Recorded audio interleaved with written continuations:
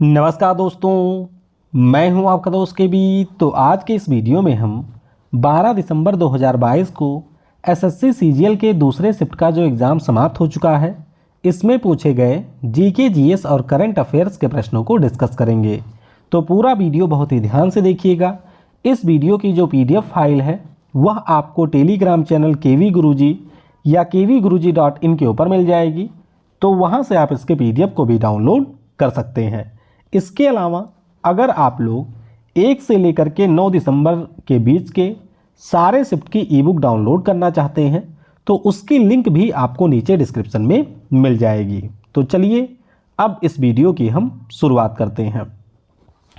पहला प्रश्न पूछा गया कि इंडियन प्रीमियर लीग 2022 का फाइनल मुकाबला किस स्टेडियम में हुआ था। तो ध्यान रखिएगा, अहमदाबाद में जो आपका नरेंद्र मोदी स्टेडियम है वहां पर आईपीएल 2022 का फाइनल मुकाबला खेला गया था। आपको ये भी ध्यान रखना है कि ये फाइनल मुकाबला गुजरात टाइटंस और राजस्थान रॉयल्स की टीम के बीच में हुआ था, जिसमें आपकी गुजरात टाइटंस की टीम विजेता रही थी। अगला प्रश्न पूछा गया, ये आपका रिपीट हुआ है कि निम्न में से कौन कार्यपालिका का प्रमुख है। अब ध्यान रखिएगा, अगर आपसे प्रश्न ये पूछा जाए कि कार्यपालिका का संवैधानिक प्रमुख कौन है तो आपका उत्तर हो जाएगा भारत का राष्ट्रपति। लेकिन अगर आपसे ये पूछा जाए कि संघ की कार्यपालिका का वास्तविक प्रमुख कौन है तो हमारे देश का प्रधानमंत्री इसका वास्तविक प्रमुख होता है। अगला प्रश्न पूछा गया कि वास्को डी गामा वर्ष 1498 में कहाँ आया था। तो ये प्रश्न भी आपका तीसरी बार पूछा जा रहा है। वास्को डी गामा की अगर हम लोग बात करते हैं तो ये आपके भारत में आया था। भारत में कहाँ? तो केरल का जो कालीकट नाम का तट है वहां पर ये 20 मई 1498 को पहुंचा था। अगला प्रश्न पूछा गया कि किस वर्ष दुर्गा पूजा को यूनेस्को के द्वारा अपनी अमूर्त विरासत की सूची में शामिल किया गया। मैंने आपको बताया भी था कि वह हेरिटेज जिनको हम लोग छू नहीं सकते हैं उनको यूनेस्को के द्वारा अमूर्त विरासत की सूची में शामिल किया जाता है। जैसे हम लोग वैदिक मंत्र की बात करें, कालबेलिया डांस की बात करें, छौ डांस की बात करें, उसी प्रकार से वर्ष 2021 में यूनेस्को के द्वारा जो आपके कलकत्ता का दुर्गा पूजा है इसको भी अपने अमूर्त विरासत की सूची में शामिल किया गया था।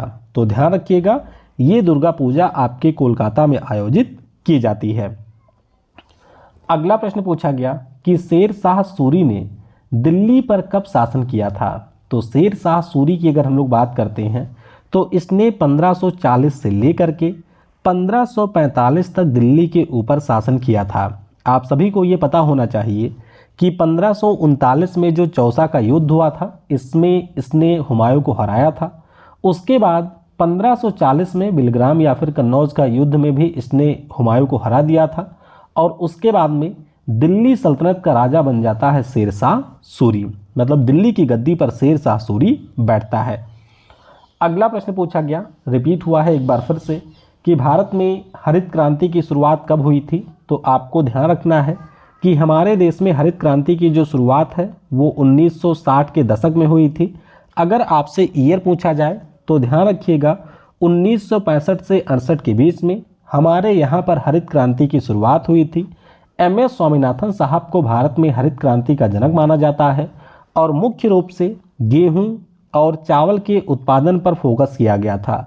हरित क्रांति से सबसे ज़्यादा लाभान्वित अगर हम लोग राज्यों की बात करते हैं तो हरियाणा है, पंजाब है, पश्चिमी उत्तर प्रदेश है, ये राज्य इससे सबसे ज़्यादा लाभान्वित हुए थे। अगला प्रश्न पूछा गया कि महात्मा गांधी जी को राष्ट्रपिता की जो उपाधि है वो किस वर्ष दिया गया था।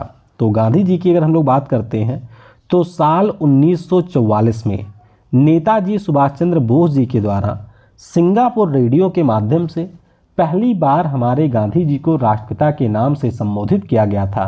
आपको ये भी ध्यान रखना है कि इवन हम लोग महात्मा गांधी जी को राष्ट्रपिता मानते हैं लेकिन किसी भी आपके ऑफिशियल डॉक्यूमेंट में गांधी जी को राष्ट्रपिता की उपाधि नहीं दी गई है। तो सुभाष चंद्र बोस जी के द्वारा सबसे पहली बार गांधी जी को राष्ट्रपिता के नाम से संबोधित किया गया था। अगला प्रश्न पूछा गया कि किस राज्य की सरकार ने भारत के पहले जीन बैंक की शुरुआत की है। तो आपको ध्यान रखना है कि महाराष्ट्र की सरकार के द्वारा हमारे देश के पहले जीन बैंक की शुरुआत की गई है। तो महाराष्ट्र की जो कैबिनेट है उसके द्वारा महाराष्ट्र जीन बैंक के नाम से इस परियोजना को मंजूरी दी गई। अगला प्रश्न पूछा गया कि टी बाला सरस्वती का संबंध किस क्लासिकल डांस से है। तो टी बाला सरस्वती की अगर हम लोग बात करें तो ये हमारे भरतनाट्यम की डांसर हैं। आपको ध्यान रखना है कि भरतनाट्यम तमिलनाडु राज्य का क्लासिकल डांस है।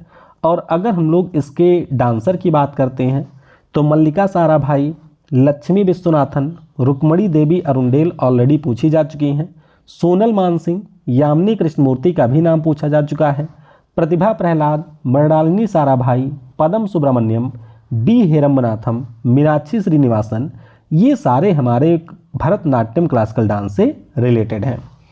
अगला प्रश्न पूछा गया कि वर्ष 2022 में यूपीएससी के अध्यक्ष के पद पर किसे नियुक्त किया गया। तो वर्तमान में यूपीएससी के अध्यक्ष हैं डॉक्टर मनोज सोनी।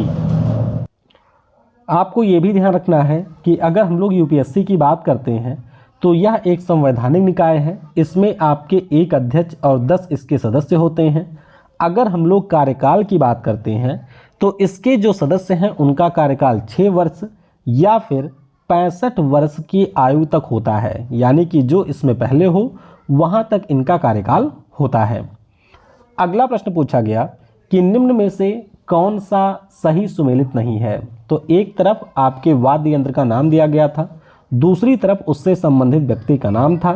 तो इसमें बिलायत खान साहब जो हैं इनको आपके सरोद से मैच किया गया था। तो बिलायत खान जी की अगर हम लोग बात करते हैं तो ये हमारे भारत के प्रसिद्ध सितार वादक रहे हैं। अगला प्रश्न पूछा गया कि भारत और पाकिस्तान के बीच सीमा रेखा को क्या कहा जाता है। तो भारत और पाकिस्तान के बीच जो सीमा रेखा है इसे हम लोग रेड क्लिफ लाइन के नाम से जानते हैं। आपको ये भी ध्यान रखना है कि 17 अगस्त 1947 को भारत और पाकिस्तान के बीच में रेड क्लिफ नाम की लाइन लागू की गई थी। इसी प्रकार से भारत और चीन के बीच में जो रेखा है उसे हम लोग मैकमोहन रेखा कहते हैं। पाकिस्तान और अफगानिस्तान, इसके अलावा भारत और अफगानिस्तान के बीच में जो रेखा है उसे हम लोग डूरंड लाइन के नाम से जानते हैं। अगला प्रश्न पूछा गया कि एल नीनो का संबंध आपके कौन से महाद्वीप से है। तो ध्यान रखिएगा इसका संबंध आपके दक्षिण अमेरिका महाद्वीप से है। किससे? दक्षिण अमेरिका महाद्वीप से है। आपको ध्यान रखना है कि जैसे ये हमारा दक्षिण अमेरिका महाद्वीप है तो पेरू के तट पर, पेरू और इक्वाडोर का जो तट है यहाँ पर क्या होता है कि कभी कभी आपके जो समुद्र का पानी है उसका तापमान बढ़ने लगता है और इसी घटना को हम लोग एल नीनो के नाम से जानते हैं। तो आपको ये ध्यान रखना है कि दक्षिण अमेरिका महाद्वीप और प्रशांत महासागर का जो पूर्वी हिस्सा है उससे आपके एल नीनो की घटना का संबंध है। अगला प्रश्न पूछा गया कि निम्न में से कौन आपके बिलियर्ड्स का खिलाड़ी है। तो इसमें ऑप्शन दिया गया था पंकज आडवाणी। शायद प्रश्न ये पूछा गया था कि पंकज आडवाणी आपके कौन से खेल से जुड़े हुए हैं। तो ध्यान रखिएगा ये हमारे भारत के बिलियर्ड्स के सबसे फेमस खिलाड़ी हैं। तो बिलियर्ड्स के अगर हम लोग फेमस खिलाड़ियों की बात करते हैं तो गीत सेठी हो गए, पंकज आडवाणी हैं, आदित्य मेहता हैं, सौरभ कोठारी हैं, चित्रा मैगी महराज हैं। ये सारे हमारे देश में बिलियर्ड्स और स्नूकर के खिलाड़ी हैं। अगला प्रश्न पूछा गया कि टाइटेनियम नाम का जो हमारा परमाणु है इसका परमाणु भार कितना होता है, यानी कि एटॉमिक मास की बात की गई थी। तो आपको ध्यान रखना है कि 47.86 AMU या फिर आपका 48 AMU ये आपके टाइटेनियम का परमाणु भार होता है। टाइटेनियम के बारे में आपको ये भी ध्यान रखना है कि इसका एटॉमिक नंबर होता है 22। ये आपके डी ब्लॉक का एक एलिमेंट है और इसके पास में आपके धात्विक गुण होते हैं। 1791 में ग्रेटर के द्वारा इसकी खोज की गई थी और 1795 में क्लापरात के द्वारा इसका नाम टाइटेनियम रखा गया था। अगला प्रश्न पूछा गया कि योजना आयोग के द्वारा चिन्हित भारत में कितने जलवायु क्षेत्र हैं। तो ज़रूर ध्यान रखिएगा कि योजना आयोग के अनुसार हमारे देश में आपको टोटल 15 कृषि जलवायु क्षेत्र मिलेंगे। इसका मतलब क्या होता है, यानी कि कृषि जलवायु क्षेत्र क्या है। तो अगर हम लोग अपने देश भारत की बात करते हैं तो किसी भी पार्टिकुलर स्थान पर मिट्टी का प्रकार कैसा है, फसल की उपज कैसी होती है, वहाँ पर वर्षा, तापमान और पानी की उपलब्धता किस प्रकार से है, इसी के आधार पर भारत को विभिन्न जलवायु क्षेत्र में बांटा गया है। और योजना आयोग के अनुसार हमारे देश में आपको ऐसे 15 एग्रीकल्चर क्लाइमेटिक रीजन देखने को मिलेंगे। अगला प्रश्न पूछा गया कि सतरिया, जो कि आपके असम का क्लासिकल डांस है, इसके संस्थापक कौन थे। तो सतरिया की अगर हम लोग बात करते हैं तो श्रीमंता शंकर देव, क्या नाम है, श्रीमंता शंकर देव इनका नाम है, जो कि आपके सतरिया क्लासिकल डांस के संस्थापक हैं। बात करते हैं सतरिया की, तो आपको ध्यान रखना है कि जतिन गोस्वामी, श्रीमंत शंकर देव, मधुस्मिता बोरा, ये सारे भी आपके सतरिया डांस से रिलेटेड हैं।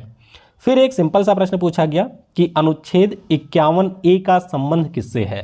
तो आप सभी को पता होगा कि हमारे संविधान में जो 42वां संविधान संशोधन हुआ था 1976 में, उसी के जरिए आपके संविधान में एक नया भाग 4A और एक नया अनुच्छेद 51A जोड़ा गया था, और ये आपके मौलिक कर्तव्य से संबंधित है।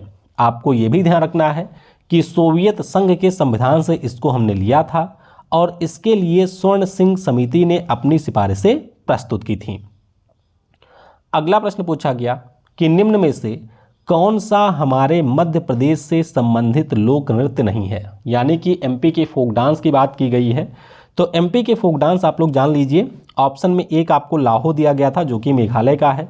एमपी के फोक डांस की बात करें तो माच, मटकी, ग्रीदा, तेरताली, जवारा, राई, खड़ा नाच, भगोरिया, सुआ डांस, कानरा, ये सारे हमारे एमपी के फोक डांस हैं। अगला प्रश्न पूछा गया कि जो हमारा प्रायद्वीपीय पठार है, इसकी आकृति कैसी है। तो प्रायद्वीपीय पठार की अगर हम लोग बात करते हैं तो ये आपको ट्रायंगुलर शेप में देखने को मिलेगा। किसमें, इसकी आकृति है त्रिभुजाकार। जैसे ये हमारा भारत हो गया, तो यहाँ बीच में आपको इस प्रकार से प्रायद्वीपीय पठार मिलता है। यहाँ पर आपका अरावली है, ऊपर गंगा यमुना का मैदान हो गया, इधर आपकी राजमहल की पहाड़ियाँ हो गई, नीचे आपके केरल में कार्डमम की पहाड़ियाँ हो गई।